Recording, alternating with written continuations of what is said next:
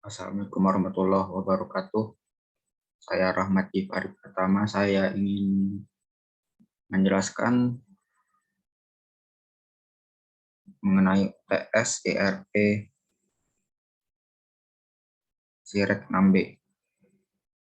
Yang pertama, jelaskan yang dimaksudkan dengan one put multiproses dalam penerapan ERP dan berikan contohnya di suatu rumah sakit. One input multiproses merupakan sebuah proses pengelolaan data informasi yang terhubung antara satu data dengan data yang lain ke dalam sistem yang terintegrasi untuk membuat suatu proses bisnis menjadi lebih efektif dan efisien. Contohnya adalah penyimpanan dokumen.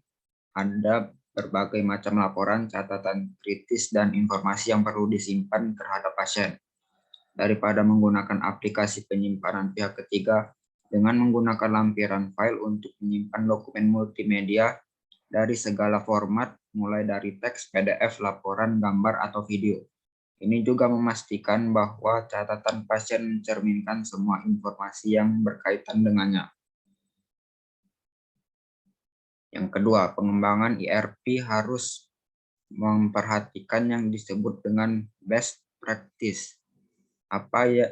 Jelaskan dan berikan contohnya. Best practice merupakan pendekatan di mana digunakan cara terbaik dengan melakukan suatu sistem yang mendasarkan rekayasanya pada best practice adalah enterprise resource planning. Sistem enterprise resource planning adalah berdasarkan apa yang dapat disebut best practice, yaitu cara terbaik melakukan sebuah proses. Contoh proses-proses bisnis yang telah terbukti dalam pengambilan keputusan dan mengintegrasikan seluruh bagian fungsional perusahaan, yaitu sales, marketing, manufacturing, operations, logistics, purchasing, finance, new product development, dan human resource. 3. Salah satu manfaat diterapkannya ERP adalah dengan adanya standarisasi data dan informasi. Jelaskan perbedaan dan contohnya. Standarisasi data dan informasi didapatkan dari penerapan basis data terpusat yang membentuk data yang terstandar dan informasi dapat diperoleh dengan mudah dan fleksibel untuk semua divisi atau departemen dalam suatu perusahaan. Contohnya, jika data yang dimasukkan pada suatu modul penerimaan barang, maka modul-modul lain seperti persediaan dan penyimpanan akan secara otomatis diperbarui. Karena pembaruan ini terjadi secara real-time pada waktu terjadinya transaksi. Jelaskan variabel-variabel input yang harus diperhatikan dalam mengelola MRP. 1. Jadwal induk produksi merupakan proses alokasi untuk membuat sejumlah produk yang diinginkan dengan memperhatikan kapasitas sumber daya, pekerja, mesin, dan bahan yang dimiliki. Yang kedua, status atau catatan persediaan, yaitu menggambarkan status semua item yang ada dalam persediaan. Yang ketiga, struktur produk, berisi informasi tentang hubungan antara komponen yang satu dengan yang lainnya dalam suatu perakitan produk akhir. Yang keempat, pesanan komponen dari luar.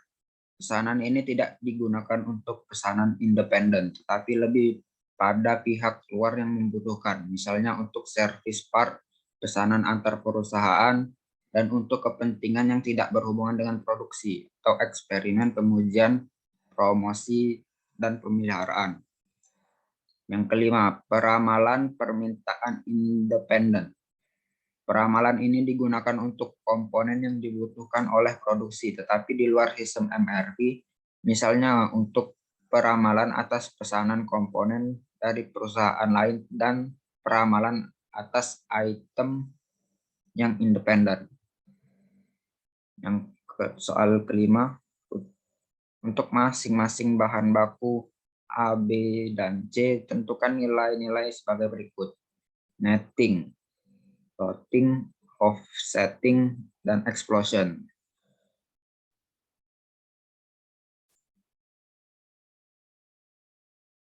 Berikut adalah tabel-tabel bahan baku.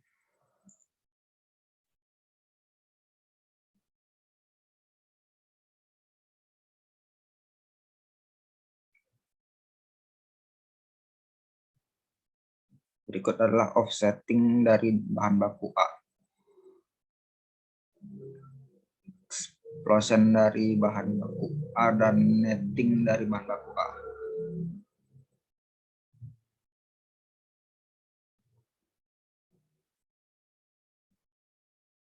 Berikut adalah offsetting, explosion, netting dari bahan baku B.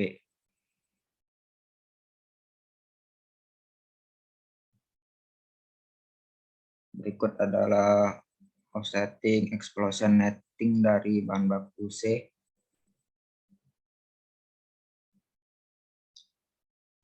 Dan ini adalah offsetting, explosion, dan netting dari bahan baku D.